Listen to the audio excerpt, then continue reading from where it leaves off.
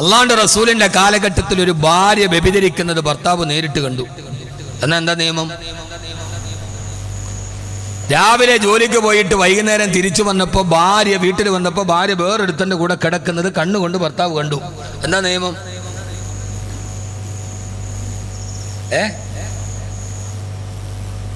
ഒരാൾ 4 കാണിക്കുന്നു, അത് ഉപേക്ഷിച്ചിട്ട് 4 കെട്ടാന്നാ. അറിയില്ല, എത്ര പ്രാവശ്യം പറഞ്ഞിട്ട്. നിയമം അതിന് സാക്ഷികളായി 4 പേരെ ഹാജരാക്കണം. എത്ര പേരെ? 4 പേരെ ഹാജരാക്കണം. ഒരു ഭാര്യയെ കുറിച്ചൊരു ഭർത്താവിന് ആരോപണം, വ്യഭിചാര ആരോപണം പറയണമെങ്കിൽ മിനിമം സാക്ഷി എത്രയാ? 4 പേര്. പിറ കാണാൻ, പെരുന്നാളിന്റെയോ റമദാനിന്റെയോ പിറ കണ്ടു എന്ന് ഉറപ്പിക്കാൻ എത്ര സാക്ഷി മതി? 2 സാക്ഷി. പിറവിക്ക് കാരണമാകുന്ന കാര്യം കണ്ടു എന്ന് ഉറപ്പിക്കാൻ 4 പേര്. മനസ്സിലായില്ല, കത്തിയില്ല. പിറ കണ്ടാൽ ഉറപ്പിക്കാൻ 2 പേര്, പിറവിയുടെ കാര്യം ഉറപ്പിക്കാൻ 4 പേര്. ഭാര്യ വേറെടുത്തിന്റെ കൂടെ വ്യഭിചരിക്കുന്നത് കണ്ടാൽ അത് പൊതുജനമധ്യത്തിൽ പറയണമെങ്കിൽ, ആരോപണം നടത്തണമെങ്കിൽ ഭർത്താവിന് 4 സാക്ഷി വേണം. നിങ്ങൾ എന്താ കഥ എന്നൊന്ന് ആലോചിച്ച് നോക്കി. ഈ നിയമം ഇറങ്ങി സഹാബത്ത് മുഴുവനും വലിയ വിഷമത്തിലായി. എന്താ കഥ? അതിനു മുമ്പുള്ള കാലഘട്ടത്തിലും വ്യഭിചാരം നിർബാധം നടക്കുകയാണ്. ആ കാലഘട്ടത്തിലാണ് ഇസ്ലാം വന്നവര് തഖ്വയായിട്ട് ഇതൊക്കെ മാറിയത്. ആ ഒരു സാഹചര്യത്തിൽ ഒരു ദിവസം അല്ലാഹുവിന്റെ പ്രവാചകൻ മദീനയിൽ ഇരിക്കുമ്പോ അവിടെ ഇരുന്നു കൊണ്ട് ആ സദസ്സിൽ ഈ നിയമം പറഞ്ഞു കൊടുക്കവേ മഹാനായ സയ്യിദ് ബിൻ ഉബാദ റളിയല്ലാഹു അൻഹു എഴുന്നേറ്റ് നിന്ന് പറഞ്ഞു, യാ റസൂലല്ലാഹ്, ആധുനിക കാലവുമായി ബന്ധപ്പെട്ട് ഖുർആന്റെ ഒരു ചരിത്രത്തെ ഞാൻ ഓർമ്മപ്പെടുത്തുകയാ. സമാപനമായി ജീവിതത്തിൽ തിരിച്ചുവരവിന് അവസരമൊരുക്കാൻ യാ റസൂലല്ലാഹ്, സ്വന്തം ഭാര്യ വ്യഭിചരിക്കുന്നത് കണ്ണുകൊണ്ട് കണ്ടാൽ ഏറ്റവും കുറഞ്ഞത് 4 സാക്ഷികൾ വേണമെന്ന് നിയമം പറഞ്ഞാൽ, നബിയേ, വ്യഭിചാരത്തിലുണ്ടായ മക്കളെ ഞങ്ങൾ പോറ്റണമല്ലോ നബിയേ, വല്ലവന്റെ കുട്ടികളെ ഞങ്ങളെ വാപ്പാന്ന് വിളിക്കുമല്ലോ നബിയേ, നബിയേ, വല്ലവന്റെ മക്കളെ ഞങ്ങൾ മക്കളെ എന്ന് വിളിച്ചിട്ട് തീറ്റി പോറ്റണമല്ലോ യാ റസൂലല്ലാഹ്. നിങ്ങളുടെ ഭർത്താക്കന്മാര് വലിയ സമ്മർദ്ദത്തിലാണ് എന്ന് മാത്രമല്ല, സ്വന്തം ഭാര്യ വ്യഭിചരിക്കുന്നത് കണ്ടിട്ട് അതിന് സാക്ഷിയാവാ 4 പേരെ അങ്ങാടിയിൽ പോയി ഒപ്പിച്ചിട്ട് വരുമ്പോ ഇവര് കാര്യവും കഴിഞ്ഞ് പോയിട്ടുണ്ടാകുമല്ലോ നബിയേ.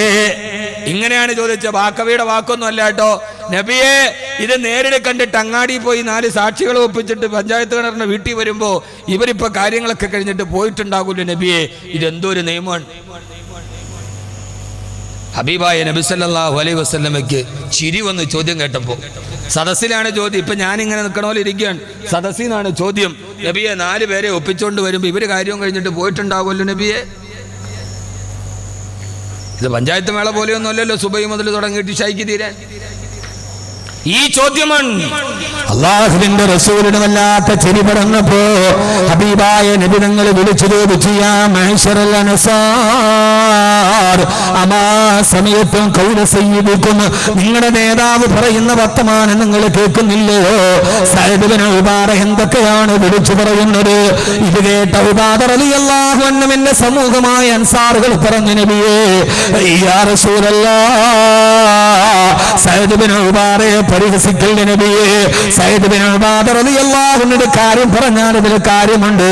കാരണം സയ്യിദ് ബിൻ ഉബാദ റളിയല്ലാഹു അൻഹു എങ്ങാനും ഒരു പെണ്ണിനെ മൊഴി ചൊല്ലിയാൽ, സയ്യിദ് ബിൻ ഉബാദ മൊഴി ചൊല്ലിയ പെണ്ണിനെ ഞങ്ങൾ മദീനയിൽ ഒരു പുരുഷന്മാരും വിവാഹം ചെയ്യില്ല നബിയേ. കാരണം സയ്യിദ് ബിൻ ഉബാദയുടെ കൂടെ ജീവിക്കാത്ത ഒരു പെണ്ണ് വേറൊരു പുരുഷന്റെ കൂടെ ജീവിക്കില്ല. സയ്യിദ് ബിൻ ഉബാദ റളിയല്ലാഹു തആല അത്രത്തോളം മാന്യനാണ് നബിയേ. ഇത് കേട്ട അല്ലാഹുവിന്റെ റസൂലിന് വല്ലാത്ത സങ്കടമായി. എന്താണ് ചെയ്യുക?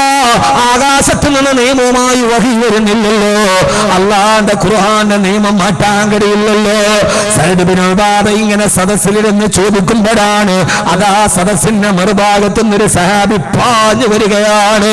ഖുർആന്റെ സംഭവങ്ങൾ എത്ര സംഭവ ബഹുലമാണ്. പഠിക്കു സഹോദരങ്ങളെ, പഠിപ്പിക്കു സഹോദരങ്ങളെ. ഞാൻ നിങ്ങളോട് വൈകിയ വേളയിലും ഇത് ആവർത്തിച്ച് പറയുന്നു. പറയുന്നത് ജീവിതത്തിലേറെ ഗുണമാനങ്ങൾ കേൾക്കാത്തവർക്കുള്ളത് കൊണ്ടാണ്. അള്ളാഹു ബോധ്യം തരട്ടെ. ഞാൻ നിങ്ങളെ പഠിപ്പിക്കുകയല്ല എന്ന് പറഞ്ഞാൽ പഠിപ്പിക്കാൻ മാത്രമുള്ള പാണ്ഡിത്യമൊന്നും എനിക്കില്ല. കാരണം പഠിപ്പിക്കാൻ നിങ്ങളോട് പാണ്ഡിത്യം പറയാൻ ഞാനൊരു പണ്ഡിതനല്ല, ലാളിത്യം പറയാൻ ഞാനൊരു സാത്വികനല്ല, ത്യാഗം പറയാൻ ഞാനൊരു പരിത്യാഗിയല്ല, പാണ്ഡിത്യം പറയാൻ ഞാനൊരു പണ്ഡിതനുമല്ല, വൈദഗ്ധ്യം പറയാൻ ഞാനൊരു വിദഗ്ധനല്ല, പ്രമേയം പറയാൻ ഞാനൊരു പ്രഭാഷകനല്ല. പിന്നെ ഞാനാരാ? കഴിഞ്ഞ 18 വർഷക്കാലമായി പടച്ചറപ്പിന്റെ ഖുർആനിനെ പ്രബോധനം ചെയ്യുന്ന വിനീതനായ നിങ്ങളിൽ ഒരുവനെന്ന രീതിയിൽ എന്നോടും നിങ്ങളോടും ഞാൻ ഓർമ്മിപ്പിക്കുകയാണ്. ഹബീബായ നബി തങ്ങളുടെ മുമ്പിലേക്ക് പാഞ്ഞു വന്ന ഒരു സഹാബി പറഞ്ഞു, നബിയേ യാ റസൂലല്ലാഹ്, ഞാൻ മദീനയിലെ പാവപ്പെട്ടൊരു കർഷകനാണ് നബിയേ.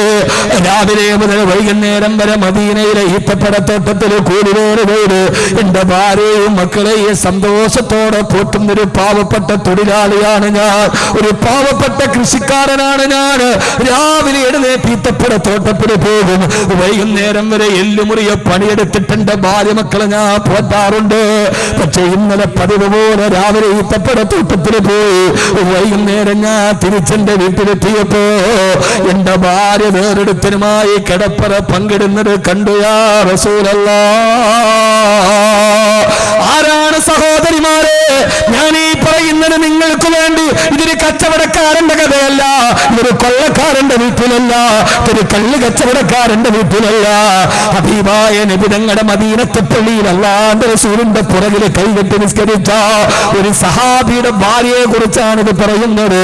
അല്ലാഹുവിന്റെ റസൂലും മദീനയിൽ ജീവിച്ചിരിക്കുമ്പോ ആ മദീനയിലെ ഒരു വീട്ടിൽ നടന്ന സംഭവമാണിത്. അതുകൊണ്ടാണ് ഞാനിത് പറഞ്ഞത്. തെറ്റ് ചെയ്യാത്തവരാരുമില്ല. ഏത് സാഹചര്യമാണ്, ആരാണ് മുമ്പിൽ നിൽക്കുന്നത്? വഹി പറഞ്ഞു കൊടുത്ത ജിബ്രീലിനെ കണ്ട, ഖുർആന്റെ നാദം കേട്ട മദീനയുടെ നായകനെ കണ്ട ലോകത്തിന്റെ ഏറ്റവും വലിയ സൗഭാഗ്യശാലികളുടെ മുമ്പിലാണ് ഇത് നടക്കുന്നത്. നബിയേ, ഞാൻ വൈകുന്നേരം വീട്ടിൽ വന്നപ്പോ എന്റെ വീടിന്റെ അടുത്ത അയൽവക്കത്തുള്ള ഉമൈസ എന്ന ചെറുപ്പക്കാരൻ എന്റെ ഭാര്യയുമായി ശാരീരിക ബന്ധത്തിൽ ഏർപ്പെടുന്നത് കണ്ടു നബിയേ. ആ ചെറുപ്പക്കാരന്റെ പേര് ഹുമൈസ എന്നാണ്. ബഹുമാനപ്പെട്ട സഹാബിക്ക് പരിചയമുള്ള ചെറുപ്പക്കാരനാ. ഞാനത് കണ്ണുകൊണ്ട് കണ്ടു. യാ റസൂലല്ലാഹ്, എല്ലുമുറിയെ പണിയെടുത്തിട്ട് എന്റെ ഭാര്യയെ പൊന്നുപോലെ നോക്കിയിട്ടും അവൾ എന്നെ വഞ്ചിച്ചിട്ട് എന്റെ ഹൃദയം തകർന്നു നബിയേ. അല്ലാഹുവിന്റെ റസൂൽ ചോദിച്ചു, സഹാബി നിനക്ക് സാക്ഷികളുണ്ടോ? 4 സാക്ഷികൾ ഇതിനുണ്ടോ? ഇല്ല യാ റസൂലല്ലാഹ്, എന്നാൽ നീ 100 ചാട്ടവാറടി വാങ്ങേണ്ടി വരും. ഭാര്യയെ കുറിച്ച് വ്യഭിചരിച്ചെന്ന് പറയണമെങ്കിൽ മിനിമം 4 സാക്ഷികൾ വേണം സഹാബി. അതില്ലെങ്കിൽ 100 ചാട്ടവാറടി നിനക്കാണ്. ഇസ്ലാം പെണ്ണിന് കൊടുത്ത സ്ഥാനമാണ്. ആതിര എന്ന പെണ്ണ് ആയിഷയായിട്ട് പിന്നെ നീ ആതിരയായി തിരിച്ചു പോയപ്പോ ജനം TV അടക്കമുള്ള ഇവിടുത്തെ സംഘപരിവാറിന്റെ ചാനലുകൾ കാണിച്ചു കൊടുത്ത പ്രക്ഷേപണത്തിൽ ലോകത്തോട് നീ പറഞ്ഞത്, ഖുർആൻ പഠിച്ചപ്പോ എനിക്ക് മനസ്സിലായി. എന്നെ വീട്ടിൽ കൊണ്ടുപോയി അവിടുത്തെ ഹിന്ദു വിൽപ്പനയിൽ എന്റെ പ്രവർത്തകർ എന്നോട് പറഞ്ഞുവെന്ന് ഇസ്ലാമിന് പെണ്ണിന് സ്ഥാനമില്ലെന്ന്, ഇസ്ലാമിൽ പുരുഷനാണ് ഖുർആനിന് മേധാവിത്വം എന്നെന്ന്. ആതിരെ നിനക്ക് തെറ്റിപ്പോയി. അത് നിനക്ക് വായിക്കാൻ അറിയാത്തത് കൊണ്ടാണ്. അത് നിനക്ക് പഠിപ്പിച്ചു, നിന്നോട് പറഞ്ഞ് പഠിപ്പിച്ചു തന്നത്. വർഗീയതയുടെ തിമിരം ഹൃദയത്തിലും കണ്ണിലും ബാധിച്ചവരായത് കൊണ്ടാണ്. പെണ്ണിനല്ലാണ്ട് ഖുർആൻ കൊടുത്ത വേടെന്നറിയുമോ? യാ അയ്യുഹല്ലദീന ആമനൂ ലാ യഹില്ലു ലക്കും അൻ തരിഫു നിസാ കർഹാ. സ്ത്രീകളുടെ സ്വത്തുക്കൾ നിങ്ങൾ ബലാത്കാരമായി പിടിച്ചെടുക്കരുത്. വായിക്ക് പെണ്ണെ ആതിരെ, ആതിരയോട് എനിക്ക് പറയാനുള്ളത്, ആതിര എന്ന പെണ്ണിനോട് എനിക്ക് പറയാനുള്ളത്, ഈ വർഗീയവാദികളുടെ തണലുകളില്ലാതെ അവരുടെ ഭീഷണികളില്ലാതെ ഒരു രാത്രിയിൽ നീ സ്വച്ഛന്തമായിട്ടല്ലാണ്ട് ഖുർആൻ എന്ന് പഠിച്ചു നോക്ക്.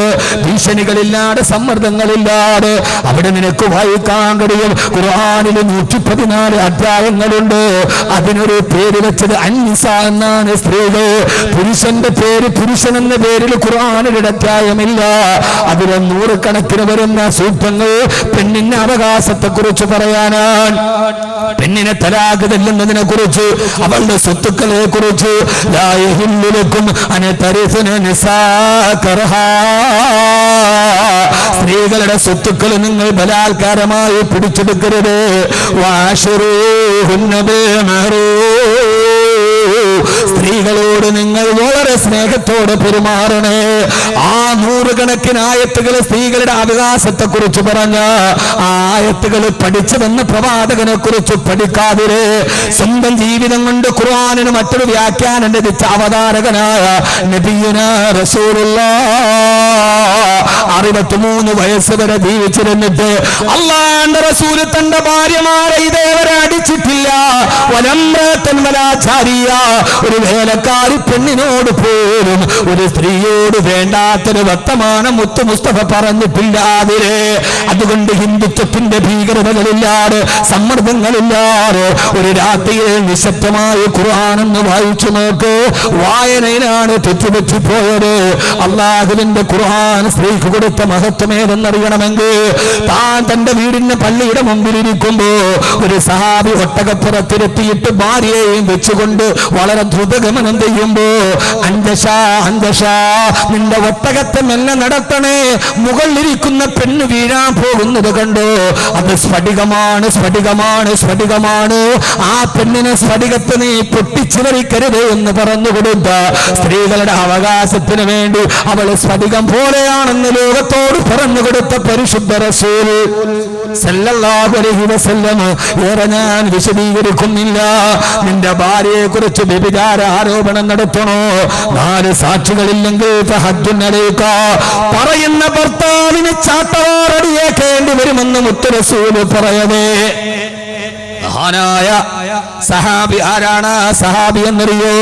ബഹുമാനപ്പെട്ട ഹിലാൽ ഇബ്നു ഉമയ്യ റളിയല്ലാഹു അൻഹു. മഹാനായ ഹിലാൽ ഇബ്നു ഉമയ്യ റളിയല്ലാഹു അൻഹു പറഞ്ഞു, നബിയേ യാ റസൂലല്ലാഹ്, ഞാനിത് കണ്ണുകൊണ്ട് കണ്ടതാണ് നബിയേ. എന്ന് മാത്രമല്ല സമയത്തു ബി ഉദ്നയ്യ, ഞാൻ എന്റെ 2 ചെവി കൊണ്ട് കേട്ടതാണ്. സ്ത്രീ പുരുഷ സംസർഗം ഉണ്ടാകുമ്പോ വികാര പാരമ്യതയിൽ പറയുന്ന ചില ശബ്ദങ്ങൾ, അത് ഞാൻ എന്റെ ചെവി കൊണ്ട് കേട്ടു യാ റസൂലല്ലാഹ്. പക്ഷേ എനിക്ക് 4 സാക്ഷികളില്ല നബിയേ. ഞാൻ എങ്ങനെയാണ് കണ്ണുകൊണ്ട് കണ്ണു മറ്റൊരുത്തന്റെ കിടപ്പറയിൽ ശരീരത്തെ സമർപ്പിച്ചു കൊടുത്ത ഭാര്യയുടെ കൂടെ 4 സാക്ഷികളില്ലെന്ന് പറഞ്ഞ് എനിക്കിനി കിടക്കാൻ കഴിയില്ല നബിയേ. ഈത്തപ്പഴത്തോട്ടത്തിൽ കട്ടപ്പെട്ട് കുടുംബം പോറ്റിയുണ്ട്, അവൾ എന്നെ വഞ്ചിച്ചു യാ റസൂലല്ലാഹ് എന്ന് മഹാനായ ഹിലാൽ ഇബ്നു ഉമയ്യ റളിയല്ലാഹു അൻഹു പറഞ്ഞ. ഒത്തിരി ഉണ്ട് പറയാൻ. ആരാ ഹിലാൽ ഇബ്നു ഉമയ്യ? സഹാബിയുടെ പേരെന്താ? ഞാൻ ചുമ്മാ കടകടാന്ന് പറഞ്ഞു പോയിട്ട് നിങ്ങൾ കേട്ടിട്ട് പോണ ശൈലി പറ്റൂല. ഈ സഹാബിയുടെ പേരെന്താ? ഹിലാൽ ഇബ്നു ഉമയ്യ. ആരാ ഹിലാൽ ഇബ്നു ഉമയ്യ? സഹാബി. ഇത്ര നമുക്കറിയാവൂ. അങ്ങനെയല്ല കുഞ്ഞുങ്ങളെ, ഈ ചരിത്രത്തിന്റെ തീവ്രത അറിയണമെങ്കിൽ എന്റെ ഭാര്യയുടെ കിടപ്പറയിലും മറ്റൊരുത്തനെ കണ്ണെന്റെ കൽബ് തകർന്നു എന്ന് പറയണമെങ്കിൽ ഈ ചരിത്രത്തിന് മറ്റൊരു ചരിത്രമുണ്ട്. അത് സൂറത്ത് തൗബയിലാണ്. ആരാണ് ഹിലാൽ ഇബ്നു ഉമയ്യ? ഖുർആൻ പേര് സൂചിപ്പിച്ചിട്ട് പറഞ്ഞ 3 പേരിൽ ഒരാൾ.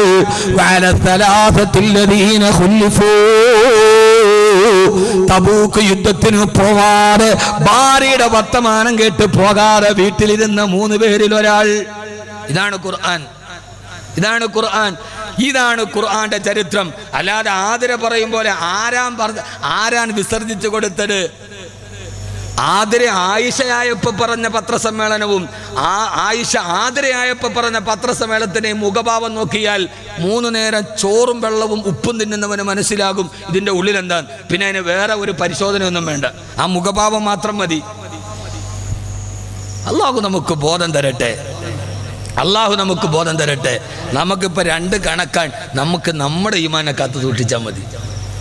നമ്മളാവേണ്ടത് നമ്മുടെ ഈമാനിനെയാണ്, നമ്മുടെ ആദർശത്തെയാണ്. അത് ഓരോരുടെ വ്യക്തിപരമാണ്.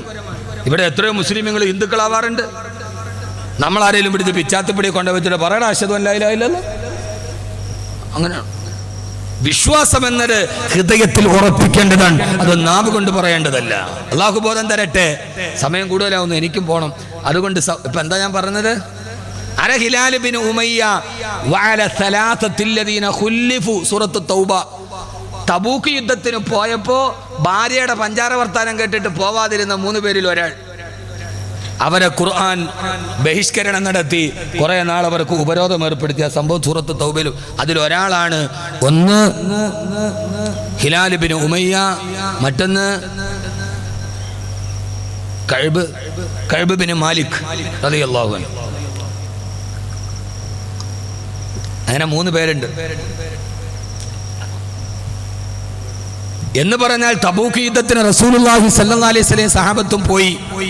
ആ പോയപ്പോ ഇവര് പോകാൻ ഇറങ്ങിയപ്പോ ഭാര്യമാര് വന്നിട്ട് പറഞ്ഞു, ഇപ്പൊ പോകണ്ട, നമുക്ക് നാളെ രാത്രി പോ. ഭാര്യയുടെ പഞ്ചാര വർത്താനം കേട്ടിട്ട് പോയില്ല. രാവിലെ പോകാൻ ഇറങ്ങിയപ്പോ വീണ്ടും പറഞ്ഞു, നമുക്ക് വൈകുന്നേരം പോവാം. അപ്പൊ വൈകുന്നേരം പോകാൻ ഇറങ്ങിയപ്പോ ഈ ഭാര്യമാര് വന്നിട്ട് പറഞ്ഞു, എന്നാ പിന്നെ ഏതായാലും രാത്രിയായില്ലേ, നാളെ രാവിലെ പോവാം. ഇങ്ങനെ ഇവര് പറഞ്ഞ് അവസാനം പോകാൻ പറ്റിയില്ല. റസൂലുള്ളാഹി സ്വല്ലല്ലാഹി അലൈഹി സഹാബത്തും നേരെ പോയി കഴിഞ്ഞിരിക്കും. അപ്പൊ ഇതിന്ന് എന്ത് മനസ്സിലാക്കാം? നിങ്ങൾ എന്നെ കേൾക്കണുണ്ടോ? ഇല്ലേ? അപ്പൊ എന്ത് മനസ്സിലാക്കാം? ഈ ഭാര്യ നല്ല സ്നേഹമുള്ളതാണ്. നമ്മളിപ്പോ യാത്ര പോകാൻ വേണ്ടി ഇറങ്ങുമ്പോൾ ഗൾഫിൽ പോകണം, 20-ാം തീയതി ദ്വീപ് കഴിഞ്ഞ് തിരിച്ചു പോകണം. അപ്പൊ ഇടയ്ക്കിടയ്ക്ക് ടിക്കറ്റ് എടുത്ത് നോക്കും. നിങ്ങൾ ഒരു ദിവസം കൊണ്ട് ലീവ് കൂട്ടും, നാളെ പോവാം, വന്നിട്ട് 20 ദിവസമല്ലേ ലീവ് ആളൂ, 2 ദിവസം കഴിഞ്ഞിട്ട് പോവാം എന്ന് ഭാര്യ പറഞ്ഞത് എന്തുകൊണ്ടാണ്? സ്നേഹമുള്ളതുകൊണ്ടാണ്. അല്ലെ നമുക്ക് കച്ചവടത്തിന് വേണ്ടി പോകാൻ വേണ്ടി ഇറങ്ങുമ്പോൾ ഇനിയിപ്പോൾ ഏതായാലും നമുക്ക് ഉച്ചയ്ക്ക് ചോറൊക്കെ കൊണ്ടിട്ട് പോവാം, ഉണ്ണുമ്പോൾ പറയും ഏതായാലും ഉച്ച കഴിഞ്ഞാൽ ഒരു 5 മിനിറ്റ് കടന്നുറങ്ങിയിട്ട് പോവാം എന്ന് ഭാര്യമാർ നമ്മുടെ പുറകിലിരുന്നിട്ട് വാതിന് പോകാൻ വേണ്ടി ഇറങ്ങുമ്പോൾ നിങ്ങളിപ്പോൾ രാത്രി പോകണം, എന്തിനാ രാവിലെ അങ്ങോട്ട് പോയാൽ പോരെ എന്ന് ഭാര്യമാർ പറയണമെങ്കിൽ അത് ഭയങ്കര സ്നേഹമുള്ളതുകൊണ്ടാണ്. അല്ലേ? എന്നിട്ട് മനുഷ്യൻ നിങ്ങളോട് ഇങ്ങനെ ഒന്നും പറയാറൊന്നുമില്ലേ? അല്ലെ, നിങ്ങളുടെ വീട്ടിൽ ഇതൊന്നും നടക്കാറൊന്നുമില്ലേ? അതോ നിങ്ങൾ പെട്ടിയായിട്ട് ഇറങ്ങുമ്പോൾ എന്നാൽ 10 രൂപ പോകണം ഒരിക്കലും നരങ്ങാളം കൊടുത്തിട്ട് ഭാര്യ നേരത്തെ പോക്കും, 1 മണിക്കൂർ മുമ്പേ പോകും, അല്ല മുസീബത്ത് പോട്ട്. അങ്ങനെ പറയാം. ഭാര്യമാർ സാധാരണ എല്ലാ വീട്ടിലും ഉള്ളതാണ്. ഇവിടുത്തെ അവസ്ഥ എന്താണെന്ന് എനിക്ക് അറിഞ്ഞുകൂടാ. ആദ്യക്കാട്ടുള്ളവരുടെ പെണ്ണുങ്ങൾ അത്ര സ്നേഹമില്ലാത്തവരാ. പോകാൻ നേരം ഇക്ക പോകണ്ട ഇക്ക. ഇവിടെ ഭർത്താക്കന്മാരെ ഭാര്യമാരെന്തെന്നാ വിളിക്കണം? ഇവിടെ എന്തെന്നാ? ഈച്ചെന്നാ? എന്തായാലും വിളിക്കട്ടെ, ഉള്ള പേര് വിളിച്ചാൽ തന്നെ വലിയ ഭാഗ്യം.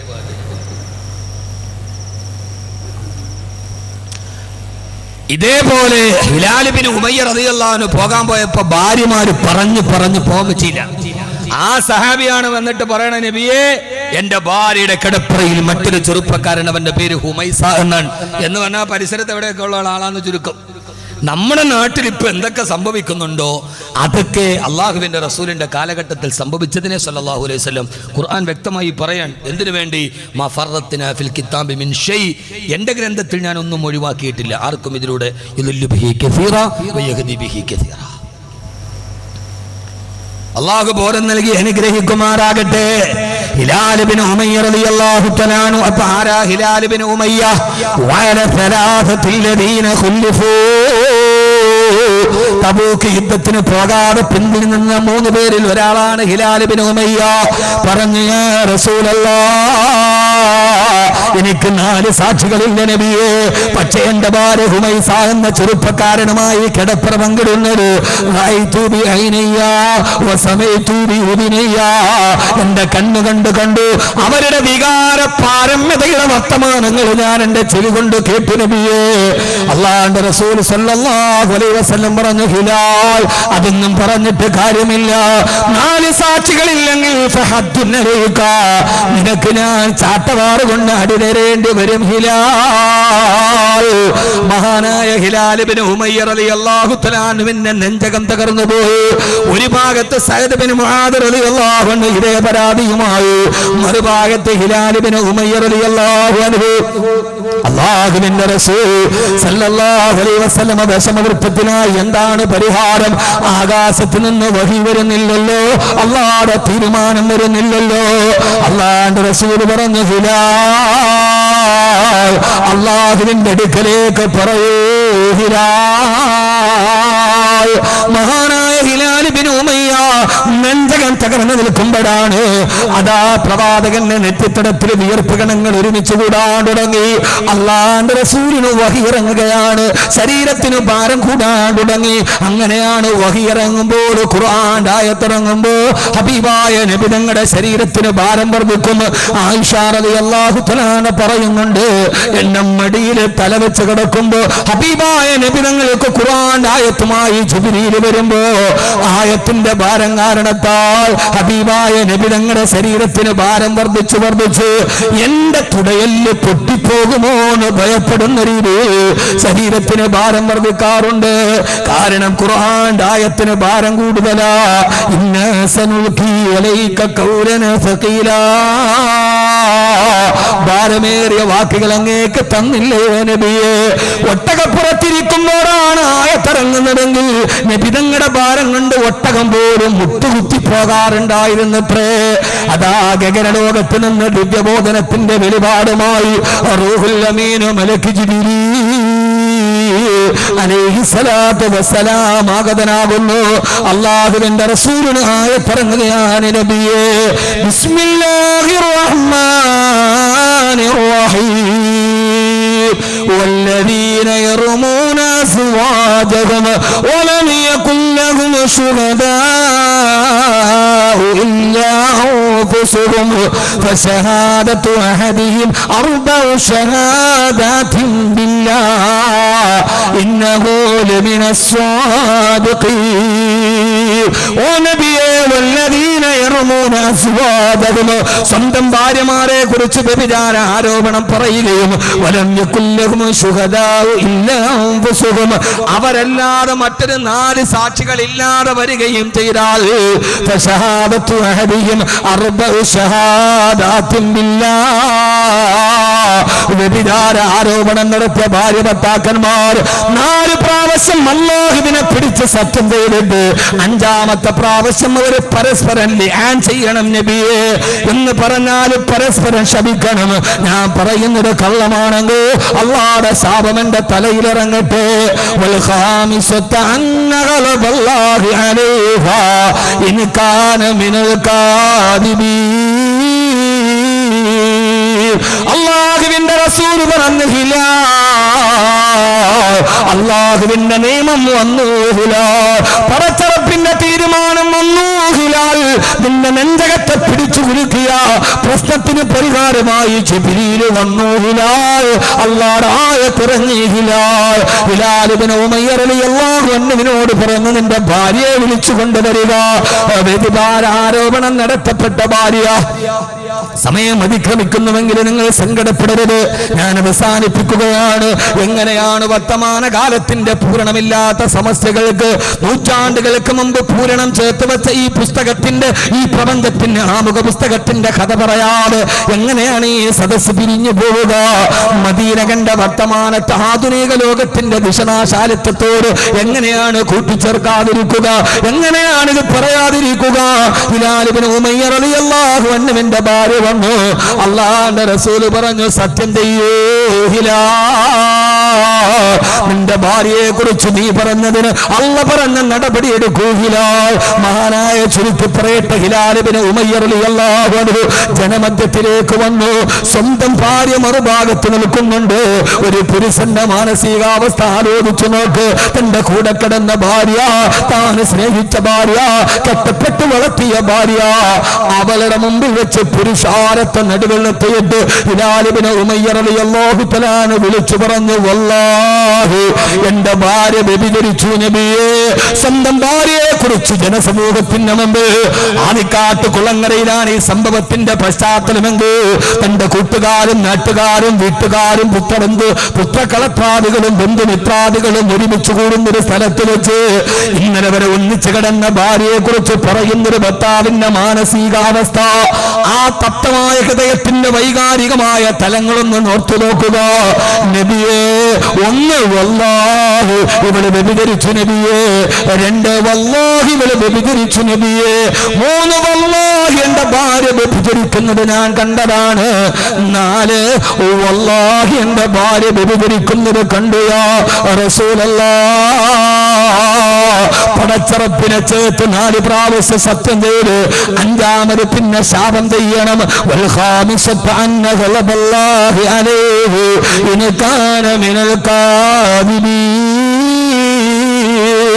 ഞാൻ പറയുന്നത് കള്ളമാണെങ്കിൽ അല്ലാഹുവിന്റെ ശാപം എന്റെ തലയിൽ വീണുകൊള്ളട്ടെ. ഇത് പറയാ ചുണ്ടെടുക്കിയപ്പോ ഹബീബായ നബി തങ്ങൾ വിളിച്ചു, ഹിലാൽ ഇത്തഖില്ലാഹ യാ ഹിലാലേ, അല്ലാഹനെ സൂക്ഷിക്കണേ, അല്ലാഹനെ സൂക്ഷിക്കണേ ഹിലാലേ, അപകടമാണ് വിളിച്ചു വരുത്തുന്നത്. നീ പറയുന്നത് കള്ളമാണെങ്കിൽ അല്ലാഹുവിന്റെ ശാപത്തെ നീ തലയിൽ വിളിച്ചു വരുത്തരുത്. അല്ലാഹുവിന്റെ ശാപം കിട്ടിയവരൊക്കെ നഷ്ടപ്പെട്ടവരാ. മല്ലഅനഹുല്ലാഹു വഗളിബ അലൈഹി വജഅല മിൻഹും ഖിറദത വൽ ഹനാസീറ വഅബദത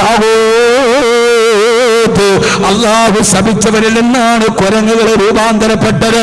അവരിലാണ് പന്നികളായി കോലം മറിക്കപ്പെട്ടവർ. അല്ലാഹുവിന്റെ ശാപവും അല്ലാഹുവിന്റെ ലേനത്തും വാങ്ങിച്ചവർ പന്നികളായി കോലം പറത്തിട്ടുണ്ട് ഹിലാലേ. അതുകൊണ്ട് അല്ലാഹനെ പേടിക്കണേ ഹിലാൽ, അല്ലാഹനെ പേടിക്കണേ. അപകടമാണ് സൂക്ഷിച്ചു പറയണേ. ആഖിറത്തെ ഭയക്കണേ, സിറാത്തിനെ ഓർക്കണേ, മീസാനെ ഭയക്കണേ. ആരുമില്ലാതെ പടച്ചറപ്പിന്റെ മുൻപിൽ ചോദ്യം ചെയ്യപ്പെടുന്ന വിചാരണ നാളിന് ഭയക്കണേ ഹിലാൽ. മഹാനായ ഹിലാൽ ഇബ്നു ഉമയ്യ ഞെട്ടിത്തരിച്ചു പോയി. ഹൃദയം പടപടാ വിറച്ചു. അല്ലാഹനെ പറഞ്ഞപ്പോ, ആഖിറം പറഞ്ഞപ്പോ, സിറാത്ത് പറഞ്ഞപ്പോ മുത്തു റസൂലിന്റെ ചാരത്ത് നിന്ന മുത്തായ നബിയുടെ സഹാബിയല്ലേ അവസാനം ഉറക്കെ പറഞ്ഞ നബിയെ, വൽ ഖാമിസത അന്ന ഗളബല്ലാഹി അലൈഹി ഇൻ കാന മിനൽ കാദിബീൻ. ഞാൻ പറയുന്നത് കള്ളമാണെങ്കിൽ അല്ലാഹുവിന്റെ ശാപം എനിക്ക് ഇറങ്ങിക്കോട്ടെ നബിയെ. പറഞ്ഞു പൊട്ടിക്കരഞ്ഞ് ഹിലാൽ എന്ന പാവപ്പെട്ട ഭർത്താവ് മാറി നിൽക്കവേ അല്ലാഹുവിന്റെ റസൂൽ ഹിലാൽ ഇബ്നു ഉമയ്യ റളിയല്ലാഹു അൻഹുവിന്റെ ഭാര്യയെ വിളിച്ചു. പറയൂ പെണ്ണേ, സത്യം ചെയ്യൂ പെണ്ണേ, മദീന എന്തോ ഒരു ചരിത്രമാണിത്. ഇതൊക്കെ ലോക ചരിത്രത്തിലെ സമാനതകളില്ലാത്ത ഇസ്ലാമിന്റെ വീരചരിത്രത്തിന്റെ രചതരേഖകളാണ്. വാ പെണ്ണെ, മുമ്പോട്ട് വാ. ജനസമക്ഷത്തിൽ വ്യഭിചാര ആരോപണം നേരിടപ്പെട്ട പെണ്ണ് കടന്നു വന്നു. അല്ലാഹുവേ, മദീന കാണാൻ, ചരിത്രങ്ങൾ ഉറങ്ങുന്ന മദീന, കഥനത്തിന്റെ മദീന, കണ്ണീരിന്റെ മദീന, കഥാകഥനങ്ങൾ ലോകത്തോട് ചേർത്ത് വെച്ച് പറഞ്ഞ മദീന. ആ മദീനയിലെ നടക്കാത്ത ചരിത്രങ്ങളില്ല. കബിയെ ബുലന്ദി ഹേ കൂഹേ സഫാ ഹേ കബിയെ തജല്ലി അരേ ഹിറാമേ കബിയെ ബുലന്ദി ഹേ കൂഹേ സഫാ ഹേ കബിയെ തജല്ലി ദാരേ ഹിറാമേ. ചിലപ്പോൾ ഈ ചരിത്രങ്ങൾ സഫാമലയിൽ, ചിലപ്പോൾ ഈ ചരിത്രങ്ങൾ വീണത് അങ്ങനെ ജബൽ അബൂ ഖുബൈസിന്റെ മുകളിൽ, ചിലപ്പോൾ ഈ ചരിത്രം കണ്ടത് ആയിഷയുടെ മടിത്തട്ടിലിരിക്കുമ്പോ റളിയല്ലാഹു അൻഹു. ഇങ്ങനെ കൃത്യമായി ചരിത്രത്തെ നൂറ്റാണ്ടുകൾക്കിപ്പുറം യാതൊരുവിധ അർത്ഥശങ്കയില്ലാതെ കോട്ടനക്കി പറയാൻ നമ്മളെ പോലെ ആധികാരികമുള്ള ഒരു സമുദായമുണ്ടോ? ഹിലാൽ ഇബ്നു ഉമയ്യയുടെ ഭാര്യ എഴുന്നേറ്റ് നിന്നു. വല്ലാഹി ഞാൻ വ്യഭിചരിച്ചിട്ടില്ല. രണ്ട്, വല്ലാഹി അല്ലാഹനെ തന്നെയാണ് സത്യം മാസനയിട്ടു, ഞാൻ വ്യഭിചരിച്ചിട്ടില്ല. മൂന്ന്, വല്ലാഹി ഞാൻ വ്യഭിചരിച്ചിട്ടില്ല. നാല്, എന്റെ ഭർത്താവ് പറയുന്നത് പച്ചക്കള്ളമാണ്, ഞാൻ ഹുമൈസാവുമായി കിടപ്പറ പങ്കിട്ടിട്ടില്ല. ഇത് പറഞ്ഞു തീർന്നപ്പോ ജനം മുഴുവനും അമ്പരന്ന് പോയി. ഭാര്യയും ഭർത്താവും നമ്മൾ പൊതുജന സമ്പർക്കത്തിൽ വെച്ച് അവര് പരസ്പരം അപവാദം പറയാൻ. അഞ്ചാമത് ഈ പെണ്ണ് ശാപവാക്ക് പറയണം. വൽ ഖാമിസത അന്ന ലഅനത്തല്ലാഹി അലൈഹാ വൽ ഖാമിസത അന്ന ലഅനത്തല്ലാഹി അലൈഹാ ഇൻ കാന മിനസ് സാദിഖീൻ. എന്റെ ഭർത്താവ് പറയുന്നത് സത്യമാണെങ്കിൽ അല്ലാഹുവിന്റെ ശാപം എന്റെ തലയിൽ ഇറങ്ങിക്കൊള്ളട്ടെ. ഇത് പറയാൻ ആ പെണ്ണ് നാവ് ചലിപ്പിച്ചപ്പോ വീണ്ടും മുത്ത് റസൂൽ ഇടപെട്ടിട്ട് പറഞ്ഞു, പെങ്ങളെ ഇത്തക്കില്ല ഇത്തക്കില്ല ഇത്തക്കില്ല ഇത്തക്കില്ല, അല്ലാഹുവിനെ സൂക്ഷിക്കണേ പെണ്ണേ. പറയുന്ന വർത്തമാനത്തിന്റെ ബോധ്യമുണ്ടാവണേ. ഈ പറയുന്ന വർത്തമാനത്തിന്റെ അപകടത്തെ കുറിച്ച് ജാഗ്രത ഉണ്ടാവണേ. വെറുതെ തമാശയല്ല. ഇത്തക്കില്ല, അല്ലാഹുവിനെ സൂക്ഷിക്കണേ പെണ്ണേ. ഹിലാൽ ഇബ്നു ഉമയ്യ റളിയല്ലാഹു അൻഹുവിന്റെ ഭാര്യ തെല്ലുനേരം തലതാഴ്ത്തി മൗനമായി നിന്നു. പേടിയായി മൗനിയായി തലതാഴ്ത്തി നിന്നു. തലബന്ധിച്ചു നോക്കുമ്പോ തൊട്ടു മുമ്പിൽ ഉപ്പയുണ്ട്, ഉമ്മയുണ്ട്, ഗോത്രക്കാരുണ്ട്, കൂടപ്പിറപ്പുകളുണ്ട്, സഹോദരങ്ങളുണ്ട്, അയൽപക്കക്കാരുണ്ട്. അവര് മുഴുവനും ഇവരെന്താണ് പറയുന്നതെന്നറിയാൻ നോക്കി നിൽക്കുമ്പോ തന്റെ മാതാപിതാക്കളെയും കൂടപ്പിറപ്പുകളുടെയും മുഖത്തേക്ക് നോക്കിയ ഹിലാൽ ഇബ്നു ഉമയ്യ റളിയല്ലാഹു അൻഹുവിന്റെ ഭാര്യ ഉറക്കെ വിളിച്ചു പറഞ്ഞൊരു വാക്കെന്റെ പ്രിയപ്പെട്ട പെങ്ങളോട് ഓർമ്മിപ്പിക്കുകയാ. അഹമ്മദ് കബീർ ബാക്കവി ഹരിക്കാട്ടുകുളങ്ങരയിലെ 2 വർഷം പ്രസംഗം നടത്തിയിട്ട് ഞങ്ങൾക്ക് വേണ്ടി ഒന്നും പറഞ്ഞില്ലെന്ന പരാതി വേണ്ട. ഞാൻ എന്റെ പ്രിയപ്പെട്ട സഹോദരിമാരെ ഓർമ്മിപ്പിക്കുന്നു. ആ പെണ്ണ് വിളിച്ചു പറഞ്ഞതത്രേ,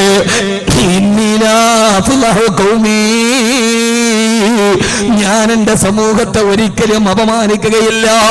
ഞാൻ വ്യഭിചരിച്ചെന്ന് സമ്മതിച്ചാൽ എന്റെ ഉപ്പയും ഉമ്മയും തലകുനിക്കില്ലേ? എന്റെ കൂടപ്പിറപ്പുകള് നാണം കെടില്ലേ? എന്റെ ഗോത്രക്കാരെ നാളെ മുതൽ ആളുകള് കളിയാക്കുകയില്ലേ? അതൊരിക്കലും എനിക്ക് സഹിക്കാൻ കഴിയില്ല.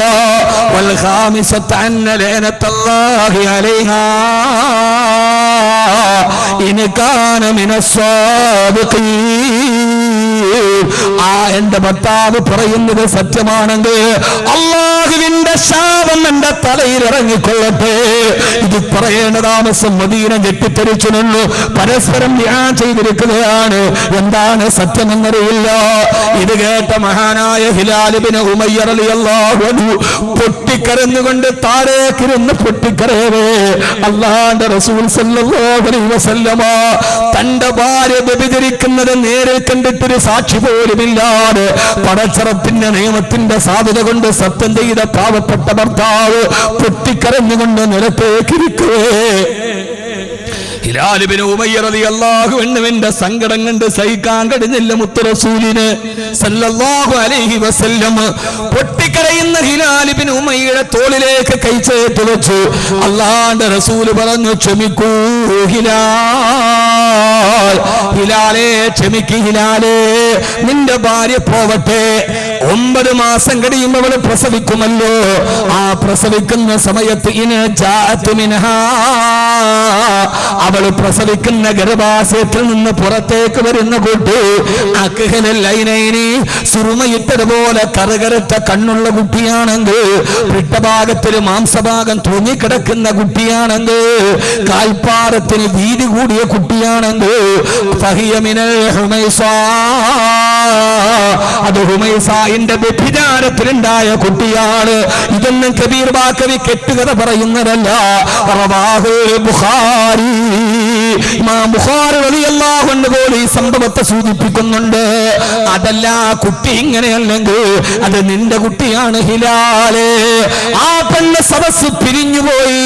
9 മാസം കഴിഞ്ഞു. മദീന അടങ്ങിയിരുന്നില്ല. അങ്ങോട്ടും ഇങ്ങോട്ടും ചർച്ചകൾ നടന്നു. 9 മാസം കഴിഞ്ഞ് ഹിലാൽ ഇബ്നു ഉമയ്യയുടെ പ്രസവത്തിന് കാത്തിരുന്ന ഒരു ഗ്രാമം മുഴുവനും ആ പെണ്ണ് പ്രസവിച്ച വാർത്തയെറിഞ്ഞപ്പോ ആളുകളോട് ചെന്ന് നോക്കുമ്പോ അവള് പ്രസവിച്ച കുട്ടി അക്ഹലൈനൈനി സുറുമയിട്ടതുപോലെ കറുകറുത്ത കണ്ണുള്ള കുട്ടി, പിട്ടഭാഗത്തിന് മാംസം തൂങ്ങി നിന്ന കുട്ടി, കാൽപ്പാദത്തിന് വീതി കൂടിയ കുട്ടി. ആ കുട്ടിയെ കണ്ടു കഴിഞ്ഞപ്പോ മഹാനായ ഹിലാൽ ഇബ്നു ഉമയ്യ റളിയല്ലാഹു അൻഹു പൊട്ടിക്കരഞ്ഞുകൊണ്ട് സുജൂദിലേക്ക് വീണു. അൽഹംദുലില്ലാഹ്, സർവസ്തുതിയും നിനക്കാണ് റബ്ബേ. ഹിലാലിന്റെ അഭിമാനത്തെ നീ കാത്തു സൂക്ഷിച്ചല്ലോ അല്ലാഹ്. ഇത് സൂറത്തുൻ നൂറിലാണ്. ഇങ്ങനെയാണ് ഖുർആന്റെ ആയത്തിറങ്ങിയത്. മഹാന്മാര് ദുആയ്ക്ക് വന്നതുകൊണ്ട് ഞാൻ അവസാനിപ്പിക്കുകയാണ്. എന്തിനാണിത് പറഞ്ഞതെന്നറിയോ പെങ്ങളെ? ഇൻഷാ അല്ലാഹ് സ്വഹാബിയുടെ വീട്ടിലെ ഭാര്യക്ക് പോലും തെറ്റുപറ്റിയിട്ടുണ്ട് പെണ്ണെ. ആദിക്കാട്ട് കുളങ്ങരയിലെ പെങ്ങളെ ഒരു സഹാബിയുടെ ഭാര്യയായിട്ട് ഏത് സഹാബി? അല്ലാഹുവിന്റെ റസൂലിനെ നേരിട്ട് കണ്ട സഹാബി, മുത്ത് റസൂലിനെ കൈപിടിച്ച സഹാബി, ഹബീബായ നബി തങ്ങളുടെ ചെഞ്ചുണ്ടുകളിൽ നിന്ന് വഹയിന്റെ നാടൻ നേരിട്ട് കേട്ട് ഭാര്യക്ക് പറഞ്ഞു കൊടുത്ത സഹാബി. അവരുടെ ഭാര്യമാര് പോലും വഴിപടച്ചു പോയിട്ടുണ്ട്. പക്ഷേ എന്റെ ജനതയുടെ മാന്യതയ്ക്ക് വേണ്ടി ആളുകൾ എന്ത് പറയുമെന്ന് ചിന്തിച്ചിട്ട് അല്ലാഹുവിലേക്ക് തിരിച്ചു പറയാതിരിക്കല്ലേ. തെറ്റുകൾ മുഴുവനും റബ്ബിനോട് തിരിച്ചു പറഞ്ഞിട്ട് അവനിലേക്ക് തിരിച്ചു പോകാൻ കഴിഞ്ഞാൽ ഹിലാൽ ഇബ്നു ഉമയ്യയുടെ ഭാര്യയെ പോലെയല്ല. എനിക്കെന്റെ നാട്ടുകാര് പ്രശ്നമല്ല, എനിക്കെന്റെ വീട്ടുകാര് പ്രശ്നമല്ല, എനിക്കെന്റെ കൂട്ടുകാര് പ്രശ്നമല്ല, എനിക്കെന്റെ ആരും പ്രശ്നമല്ല. എനിക്ക് പ്രശ്നം എന്റെ റബ്ബാ. നാളെ കോടാനു കോടി ജനങ്ങൾ നിൽക്കുന്ന ഒരു സ്ഥലത്ത് പോയി നിൽക്കണ്ട മോള്. അതുകൊണ്ട് തെറ്റുകൾ ഉറക്കെ പറയാ, അല്ലാഹുവിനോട് തൗബ ചെയ്ത് മടങ്ങുക. ഭിന്നദാമത്തി മുക്കിലിയ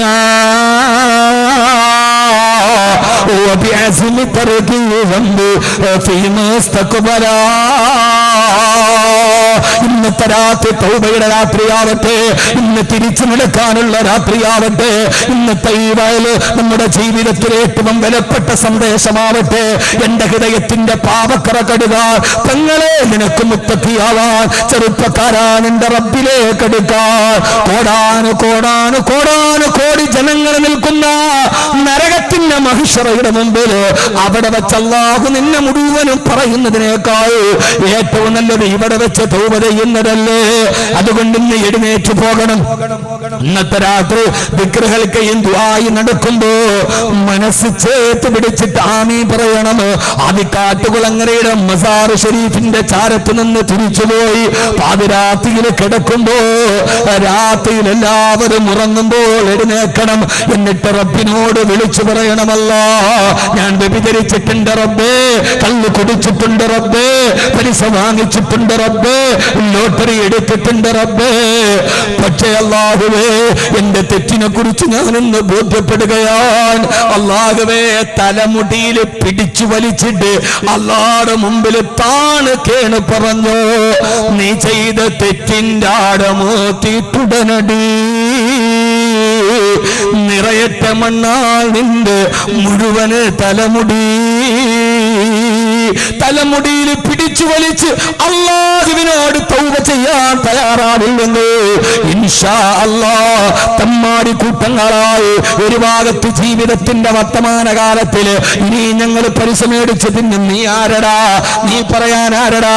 പള്ളിയിലെ ഖത്തീബ് പള്ളിയിലെ കാര്യം നോക്കിയാ മതി, വാതിന് വന്നവൻ വാത് പറഞ്ഞിട്ട് പോയാ മതി. ഞങ്ങളെ കുറിച്ച് പറയാന്, പലിശയെ കുറിച്ച് പറയാന് എനിക്ക് ആരാരടാ നീ എന്ന് ചോദിച്ചു ശുഐബ് നബിയോട് ചോദിച്ചതുപോലെ ഖാലൂ യാ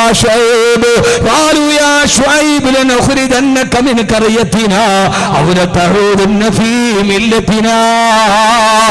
ശുഐബ് നബി തന്റെ ജനതയോട് പറഞ്ഞ വർത്തമാനമേതെന്നറിയോ? എന്തിനാ കബീർ ബാക്കവി ഇത് പറയുന്നത്? എന്തിനാ ഷമീർ ദാരിമി വെള്ളിയാഴ്ച ഇത് പറയുന്നത്? ശുഐബ് നബിയുടെ പ്രവാചകന്മാർ, ശുഐബ് നബിയുടെ ജനത കച്ചവടത്തിൽ അളവിലും തൂക്കത്തിലും കൃത്രിമം കാണിച്ചവരാണ്. ശുഐബ് നബി അവരോട് വാത് പറഞ്ഞ ജനങ്ങളെ,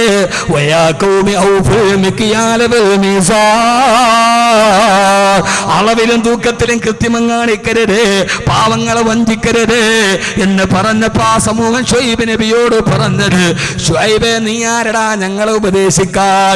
ലനുഖ്രിജന്നക യാ ശുഐബ് മിൻ ഖറിയതിനാ ഔ ലതഊദുന്ന ഫീ മില്ലതിനാ. നിന്നെ ഞങ്ങളുടെ നാട്ടിൽ നിന്ന് ഞങ്ങൾ ആട്ടിയോടിക്കുമടാ ശുഐബേ എന്നാണ് ജനങ്ങൾ പ്രതികരിച്ചത്. പക്ഷേ വാതിന് പറയുന്നവരെ വാത് പറഞ്ഞിട്ട് പോയാ പോരെ? ഇല്ല സഹോദരാ, എന്തിനാ പറയുന്നതെന്നറിയോ? നാളെ ഞാനും മരിക്കും, നിങ്ങളും മരിക്കും. മഹ്ശറയിൽ അല്ലാഹുവിന്റെ മുമ്പിൽ വരും. ഈ പച്ചമണ്ണിൽ നിന്ന് എന്നെയും നിങ്ങളെയും പടച്ചെടുത്ത പടച്ച റബ്ബിനെ തന്നെയാണ് സത്യം. ആ സമയത്ത് ഇന്ന ജഹന്നമ കാനത്ത് മിർസാദാ ലിത്താഗീന മാബാ ലാബിസീന ഫീഹാ ഹഖാബാ. അന്ന് തമ്മാടികളെ ക്ഷണിക്കുന്നത് നരകമാണ്. അല്ലാഹു നമ്മളെ നരകത്തിൽ നിന്ന് കാത്തുരക്ഷിക്കുമാറാകട്ടെ. അല്ലാഹു നരകത്തിൽ നിന്ന് കാത്തുരക്ഷിക്കട്ടെ. ആമീൻ പറ മച്ചന്മാരെ, ആമീൻ പറ. അല്ലാഹു നരകത്തിൽ നിന്ന് കാത്തുരക്ഷിക്കട്ടെ. അല്ലാഹു സ്വീകരിക്കട്ടെ. എന്തിനാണ് ഈ വർത്തമാനം? ഞാനും നിങ്ങളും മരിക്കും, ഉറപ്പാണ് അല്ലേ? ഉറപ്പല്ലേ? ഉറപ്പല്ലേ? അല്ല ഞാൻ മരിക്കൂല, ഞാനാണടാ ഇവിടത്തെ ഫിറഔൻ എന്ന് പറഞ്ഞാൽ ഇല്ല സഹോദര, ഉറപ്പാണ്. അടുത്ത നിമിഷം എന്താ സംഭവിക്കുക അല്ലാഹ്ക്ക് അറിയാവൂ അല്ലേ? അടുത്ത നിമിഷം അല്ലാഹ്ക്കല്ലേ അറിയാവൂ. നമ്മുടെ ഒരു വീരസ്യം നിനക്ക് പണം ഉണ്ടായിട്ട് കാര്യം എന്താ? സൗന്ദര്യം ഉണ്ടായിട്ട് കാര്യം എന്താ? നടക്കില്ല. സുലൈമാൻ നബി അലൈഹി സ്വലാത്തു വസ്സലാം രാത്രിയിൽ ഭാര്യയോട് പറഞ്ഞു, പെണ്ണെ ഇന്ന് രാത്രി എന്നെ 100 ഭാര്യമാരുമായിട്ട് ഞാൻ കടപ്പുറ പങ്കിടും. ആ 100 പെണ്ണുങ്ങളും ഗർഭിണിയാവും.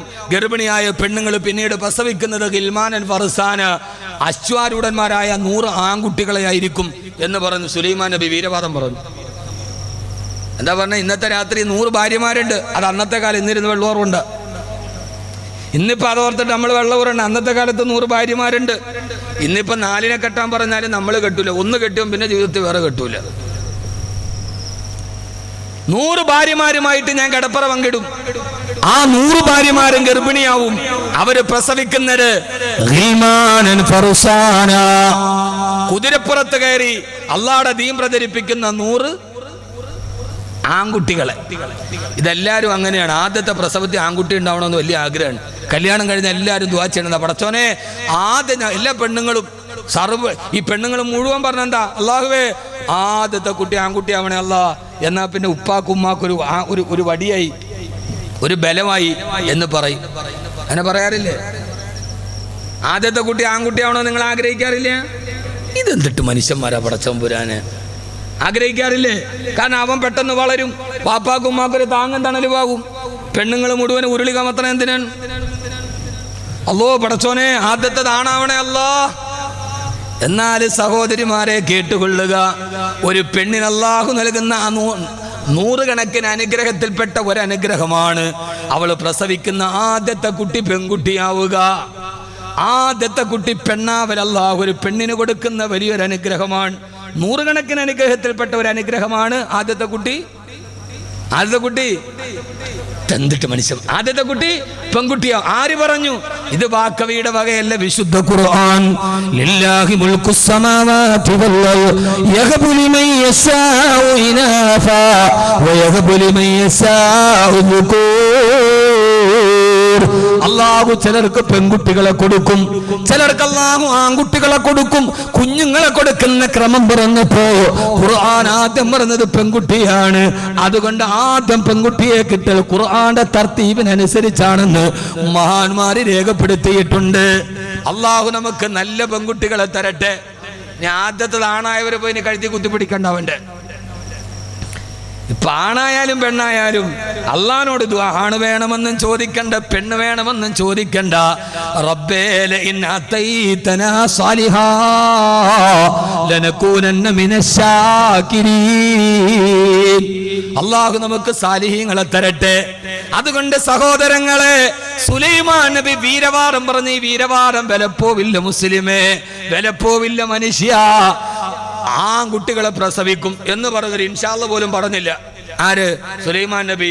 സംഭവം പറഞ്ഞ പോലെ അന്ന് തന്നെ 100 ഭാര്യമാരുമായി കടപ്പുറ പങ്കിട്ടു. പക്ഷെ അതിൽ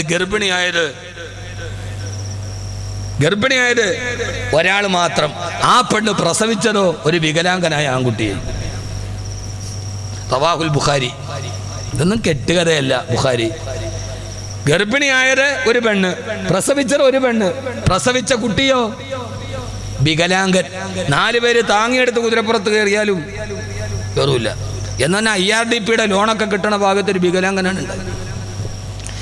ഈ കഥ പറയവേ മഹാനായ റസൂലുള്ളാഹി സ്വല്ലല്ലാഹു അലൈഹി വസല്ലം പറഞ്ഞു, സഹാബാ ലൗ കാന അഖീ സുലൈമാനു ഇൻഷാ അല്ലാഹ്, എന്റെ സഹോദരനായ സുലൈമാൻ നബി ഒരു ഇൻഷാ അല്ലാഹ് ചേർത്ത് പറഞ്ഞിരുന്നെങ്കിൽ അശ്വാരൂഢന്മാരായ 100 കുതിരപ്പട്ടാളക്കാരെ അല്ലാഹുവിന്റെ ദീനിന് കിട്ടുമായിരുന്നല്ലോ.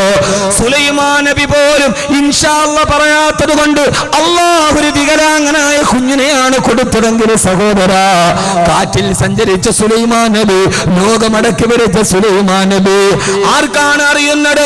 അല്ലാഹ്ക്കാണ് കഴിവുള്ളത്. നാളെ നടക്കുന്നത് അല്ലാഹ് അറിയുന്നത് അല്ലാഹുവിന് മാത്രമാണ്. ആ ബോധ്യത്തോടെ മുമ്പോട്ട് പോയാൽ സ്വന്തം മുറിയിൽ നിന്ന് പെണ്ണുങ്ങളുടെ മുറിയിലേക്ക് തുരങ്കമുണ്ടാക്കിയവന് ദൈവമായി ആരാധിക്കുന്ന ഒരു ലോകത്തിന്റെ മുമ്പിലാണ് നാം നിലനിൽക്കുന്നതെന്ന് ഓർക്കുമ്പോ പടച്ചവനെ അടുത്ത നിമിഷം എന്താണ് സംഭവിക്കുന്നതെന്ന് നിനക്ക് അറിയൂ.